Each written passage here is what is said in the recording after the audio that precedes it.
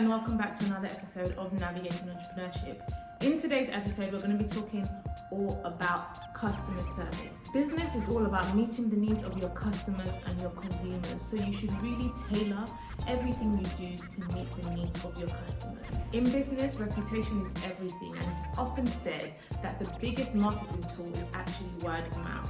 So when your customers are happy with your services, they are more likely to recommend you to their friends and to their network as well. Research has actually shown that it is 7 times more expensive to acquire new customers than to retain existing ones. So how do we build our customer service? How do we retain our customers? How do we increase our customer base? I think the first thing is to actually build a good rapport with your customers.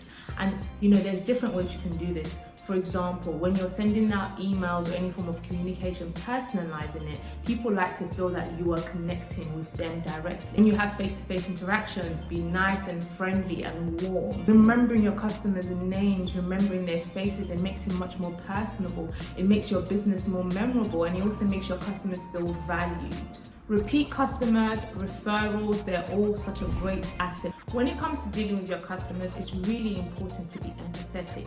Think about how you would like to be treated as a customer, how you would like to be treated if you were in your customer's shoes. Also, as business owners, we interact with other businesses on a day-to-day basis. So when you go to other businesses or you interact with other businesses, how would you like to be treated? That's the kind of behavior and that's the type of treatment you should really be offering to your customers. An example of this is responding to your customers in a timely manner. So when it comes to emails, phone calls, social media messages, actually responding to customers in a timely manner, it makes them feel valued, respected, and important. So what you can do is actually dedicate an allocated amount of time every day to responding to emails and phone calls and social media messages. And if you feel like your hands are full and you don't have time to deal with that type of admin, and it does take you quite a while and you have a lot of backlog, then you can hire somebody to actually deal with your administration. It does help you in that regard, so you can actually focus on other aspects of the business and your customers don't feel neglected. Reliability is one of the keys to actually building great relationships, and this is also very relevant when it comes to business. Your customers need to feel like they can rely on you and you are dependable. They need to feel like you are somebody who is a person of integrity and a person that keeps to their word. So first things first, don't make promises that you cannot keep.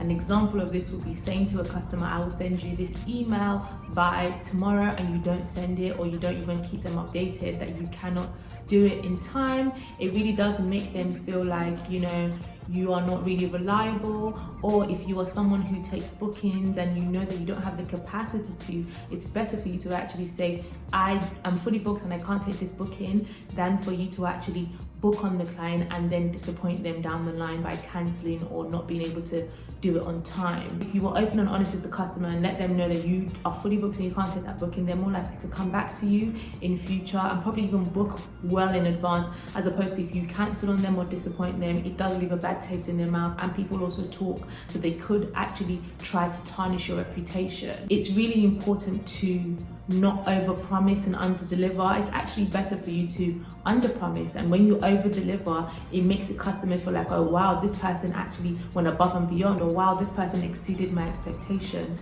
It's really, really important to manage expectations. I know that a lot of us have terms and conditions when it comes to our businesses, and that is actually fantastic, especially when it comes to your business structure. But I do think it's important for us to use our discretion from time to time and actually be somewhat flexible, because not every single customer or customer situation is exactly the same. Some, yes, it's a straight blanket rule that applies, but some of them we can try to be somewhat flexible. So for example, you can have a policy that says no refunds whatsoever, and then a customer comes to you, but their situation is a bit more delicate. I think we should try to be human and show empathy, and even if you don't provide the full refund to this customer, maybe you can give them a credit note or give them a discount with their next booking or their next purchase, or you can give them like a certain percentage back. At least they can see that you have tried to accommodate them in some way, shape or form. I'm sure we've all heard the phrase, the customer is always right. Now, whether you agree with that or not, that doesn't matter. I think when it comes to situations with customers and dealing with negative situations with customers or challenges, it's very important to come up with a solution that works best for the both of you and that genuinely has a positive impact on your bottom line, because it actually helps you increase recommendation and referrals, and it helps avoid bad mouthing of your business. I know there are situations and instances where customers can come across very aggressive or disrespectful or angry, or where they're coming across unreasonable. I think there are certain ways that we can deal with these things.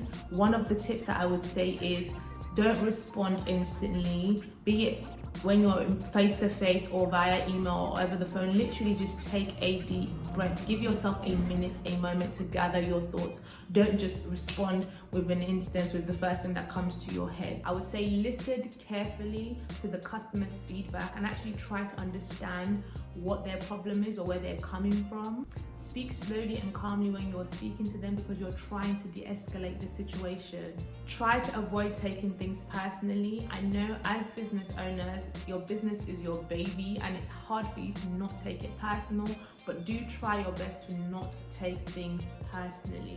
And then once you have been able to come up with a solution, then I think it's good to summarize and agree on the next steps and make it very clear with the customer. It is possible to turn things around with an angry or negative customer by just being a bit more thoughtful or understanding. And to be honest, if you're not able to win them back, at least you know that you tried your best. I would also say you should hire employees with excellent people skills, because your employees are actually a representation of your business, and most of the time they're the ones that are actually having the customer interactions and not you. So you don't want them to tarnish your business or your brand. Treat your employees the way you want your customers to be treated. Value them and treat them well, and they would also treat your customers well. Lead by example. They see the way you behave towards them and towards your customers, and they will follow suit. Thank you for watching this video, and I hope you found it useful. If you have any suggestions on how we can improve customer service as businesses, please drop them in the comment section below. Please make sure you like, share, subscribe, and I'll see you in the next video.